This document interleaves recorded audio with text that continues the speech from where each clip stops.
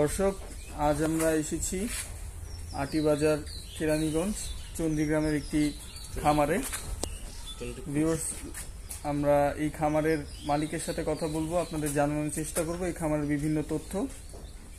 তো ভিউয়ার্স, চলুন আমরা কথা বলি এই খামারের মালিকের সাথে। ভাইয়া কেমন আছেন? ভালো, আপনারা ভালো আছেন? জি ভালো আছি।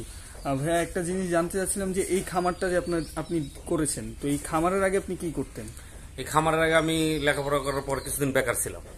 তো আমার আব্বা আমাকে বিদেশ যাওয়ার জন্য একটু তাড়া দিল। আমি বললাম যে আব্বা আমি বিদেশ যাবো না। তারপর আমি চিন্তা করলাম যে দেশেই কিছু করার জন্য এই খামারে ঝুঁকে পড়বো। আচ্ছা, আপনি কতটুকু পড়াশোনা করেছেন? এসএসসি দিয়েছেন। আপনি এত কিছু থাকতে খামারের চিন্তাটা কেন আসলো? চিন্তা করলাম যে এটা আমার স্বাধীন ব্যবসা, আর আপনার কোনো কিছু তৈরি করাটাই বড় একটা তৃপ্তি। আমরা যখন গরু লালন পালন করি, দুধি করি, এটার মধ্যে একটা তৃপ্তি আসে। আর যখন অন্যের জব করুন, চাকরি করুন, ওটার মধ্যে কোনো তৃপ্তি নেই। আচ্ছা, এই যে খামারটা করছেন, এটা কত বছর ধরে করছেন? এটার বয়স আমার 5 বছর। 5 বছর ধরে করছেন। আপনি প্রথমে কয়টা গরু দিয়ে শুরু করেছেন? প্রথমে আপনার শুরু করেছিলাম, আপনার ষাঁড় গরু পালতাম মাংসের জন্য। 3 মাস পর পর মোটা তাজা করে বিক্রি করতাম। তখন এক সময় চিন্তা করলাম যে অনেক সময় আপনার মাংসের দাম নিম্নমুখী হয়ে যায়। তখন চিন্তা করলাম যে গাভী পাললে মনে হয় লাভটা বেশি হবে। এর জন্য এখন আমি গাভীতে আসছি। আর কুরবানিতে আপনার ষাঁড় গরু মোটা তাজা গরু। আপনার গাভী কয়টা আছে আর ষাঁড় কয়টা আছে? আমার বর্তমানে গাভী আছে 5টা আর ষাঁড় আছে 1টা। আমরা সামনে কুরবানির জন্য গরু নির্বাচন করব। আচ্ছা, আপনি যে এখানে গরু পালছেন, কি কি জাতের গরু আছে আপনার কাছে? আমার এখানে আছে আপনার অস্ট্রেলিয়ার আর হলস্টেইন ফ্রিজিয়ান। Holstein Friesian. আপনি এতদিন ধরে যে এই গরু পালতেছেন, আপনার কি মনে হয় কোন জাতের গরুটা আসলে বেশি ভালো বা লাভজনক? দুধের জন্য আপনার অস্ট্রেলিয়া এবং হলস্টেইন ফ্রিজিয়ান এই দুইটি উৎকৃষ্ট। আচ্ছা, আর বিভিন্ন অন্য জাত আছে, এগুলো আমাদের বাংলাদেশে আবহাওয়ায় আপনার ম্যাক্স করে না। ও আচ্ছা, আপনি সংগ্রহ করেছেন কোত্থেকে বা গরুটা নিয়েছিলেন কোত্থেকে? নিয়েছি আমাদের এখানে পারাগ্রাম হাট আছে ওইখানে, এবং আপনার ওই বগুড়া, তারপর পাবনা ওদিক থেকে ব্যাপারীরা গরু নিয়ে আসে, ওনাদের কাছ থেকে নিতে হয়। হাটের গরু ভালো নাকি খামার থেকে নেওয়া ভালো আপনার মনে হয়? গরু ভালো দুইটি, কিন্তু আপনার হাটের গরুটার মধ্যে রোগ জীবাণু থাকে। আচ্ছা, কারণ হাটে তো অনেক গরু উঠে, ওইখানে আপনার অনেক এফএমডি যুক্ত গরু থাকে, অনেক রোগ জীবাণু থাকে, ওইখান থেকে ছোঁয়াছুঁই পাওয়া যায়। আর যেটা আমরা ব্যাপারীর কাছ থেকে খামার থেকে সরাসরি আনি, ওইটার কোনো রোগ পায় না। আচ্ছা আচ্ছা, আপনার এই যে গরুগুলো আছে, আপনার কোনটা কত লিটার দুধ দেয় একটু যদি আপনি বলতেন। এই যে এই গরুটা আপনার, এটা কত লিটার দুধ দিচ্ছে? এটা আমরা 2 বেলা 20 লিটার মতো দুধ পাই। 2 বেলা 20 লিটার? আচ্ছা, 20 লিটার না? এটার বয়স কত আনুমানিক? এটার বয়স আনুমানিক 4.5 বছর। 4.5 বছর। আপনি কি এটা কিনছিলেন নাকি আপনার নিজের খামারে? আমি এটা কেনা গরু না? এটা কত বছর আগে কিনছিলেন? এটা কিনছি আমি বেশি দিন না, মাত্র 1.5 মাস। 1.5 মাস। কত করে কিনছিলেন এটা? এই গরুটা কিনছিলাম আমি 1,90,000 টাকা দিয়ে। এটা এখন যদি বিক্রি করতে যান আপনার কত টাকা পাবেন? গরু আপনার দুধের গরু বিক্রি করার একটা সিজন আছে। সিজন বলতে যখন গরু বাচ্চা দেয় 15 দিনের মধ্যে একটা দাম, যখন এটা বাছুরটা আস্তে আস্তে বড় হয়ে যায় তখন আমার দামটা নিম্নমুখী হয়ে যায়। যখন আবার এটা আপনার ওই গাভীন হবে, মানে গাভ হবে, তখন আবার এটার মূল্য আবার বাড়বে। কখন মূল্যটা বেশি থাকে? যখন আপনার বাচ্চা দেয় 15 দিনের মধ্যে। আচ্ছা, এটা বাচ্চা দেওয়ার পরে আনুমানিক কত লিটার দুধ দিতে পারে? এটা আমি তো আনছি বাচ্চা দেওয়ার পরে 20 লিটার দোয়াইতেছি। আচ্ছা আচ্ছা আচ্ছা, এরপরে গরুটা আমি একটু দেখতে যাচ্ছিলাম। এটা কি জাতের গরু? এটা অস্ট্রেলিয়ান জাতের না? এটা আনুমানিক কত লিটার দুধ দেয়? এটা আপনার 19-20 লিটার। 19-20 লিটার। এটা আপনার সংগ্রহ করছিলেন কোথায়?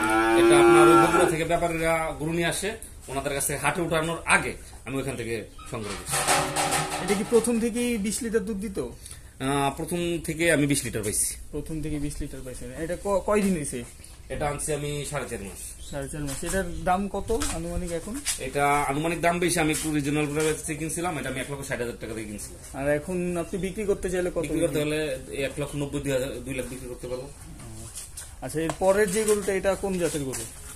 এটা হলো আপনার অস্ট্রেলিয়া এবং বাংলাদেশ মিলে যেটা ক্রস বলে। আচ্ছা, এই জাতের গরুটা আপনি কোত্থেকে সংগ্রহ করছিলেন? এটা ওই বগুড়ার ব্যাপারী থেকে। আচ্ছা, এই ক্রস জাতের গরুটা আসলে মানে আপনি চিনবেন কিভাবে, বা কোন গরুটা আসলে বেশি দুধ দিবে এটা চেনার উপায়টা কি? এটার কিছু বৈশিষ্ট্য আছে। যেমন এই গরুটা দেখায় আপনারা।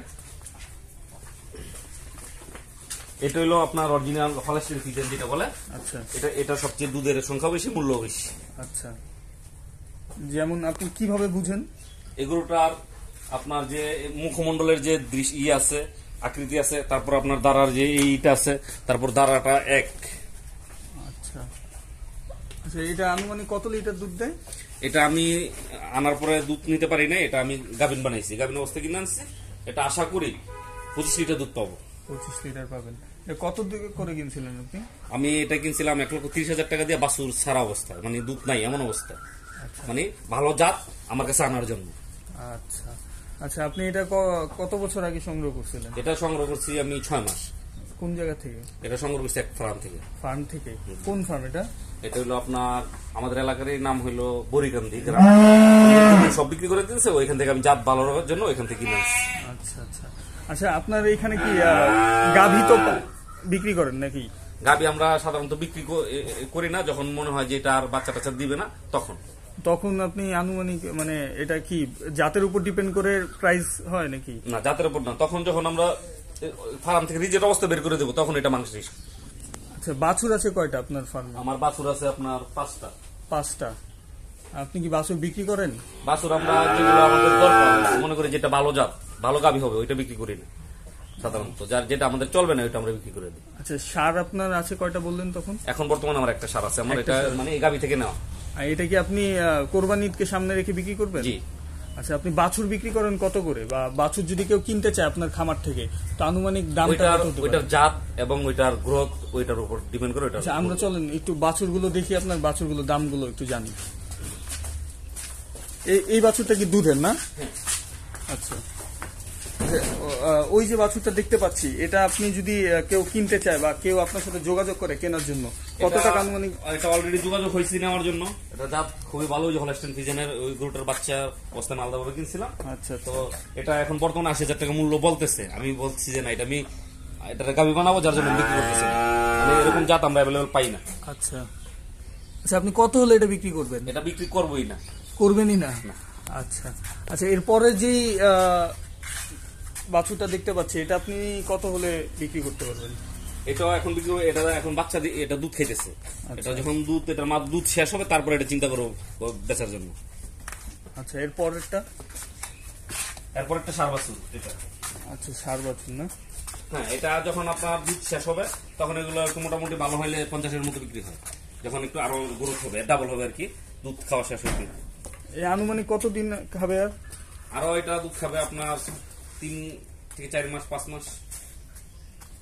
আচ্ছা ভাই, আপনি এই যে গরুগুলা পালন করতেছেন, এই গরুগুলা পালনে আপনার পরিচর্যাটা কি করেন বা কিভাবে পরিচর্যা করেন? পরিচর্যাটা গরুর, আপনার গাভী গরুর ব্যাপারে পরিচ্ছন্নতাটা হলো মূল কারণ।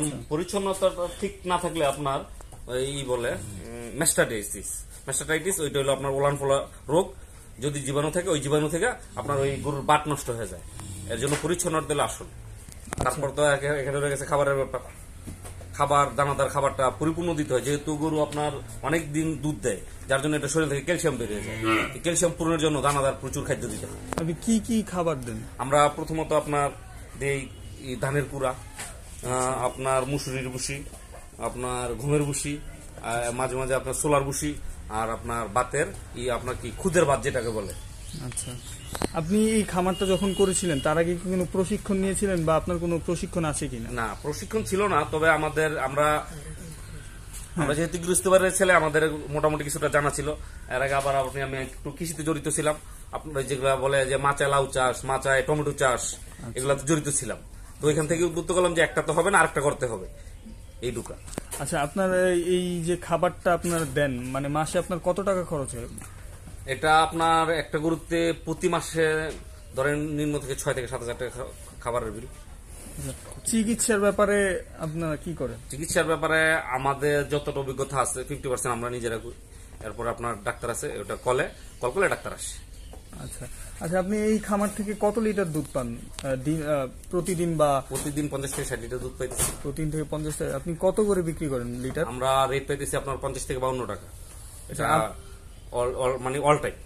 আচ্ছা, প্রথমে আপনি যতগুলো গরু নিয়ে শুরু করেছেন, আজকে আপনি কি আপনাকে নিজেকে সফল মনে করেন কিনা, বা আপনি এই খামারটা করে সন্তুষ্ট কিনা? খামার করে আমরা সন্তুষ্ট, আবার সন্তুষ্ট বলতে পারি না, কারণ আমাদের লাভের সংখ্যা কমে গেছে। আপনার দুধের দামের তুলনায় খাবারের দাম অনেক বেশি। আর আমাদের আরেকটু ক্ষতি করে রাখছে আপনার এই ভারত থেকে যে আপনার পাউডার দুধ যেটা আসে, এটার মূল্য অনেক কম, যার জন্য অসাধু ব্যবসায়ীরা পাউডার দুধের দুধ বানায় বিক্রি করতেছে, আমাদের দুধের মূল্য কমতেছে।